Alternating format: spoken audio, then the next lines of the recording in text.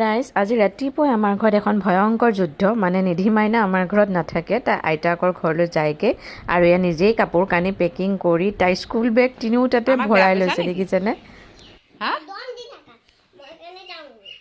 আমিতো দম নাই দিয়া তোমাক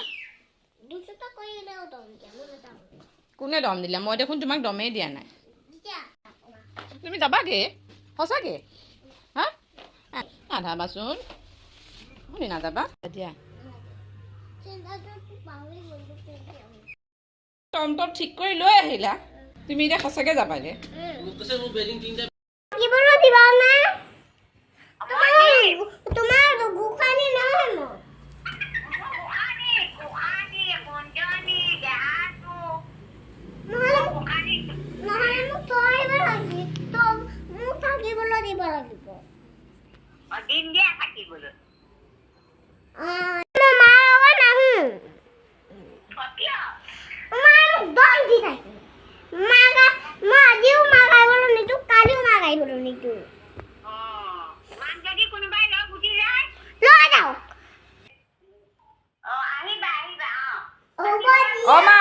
তাইক থাকিবলৈ নিদিবি তাই ঘৰৰ পৰা বোলে ওলাই যায়গে 3টা বেগ পেকিং কৰি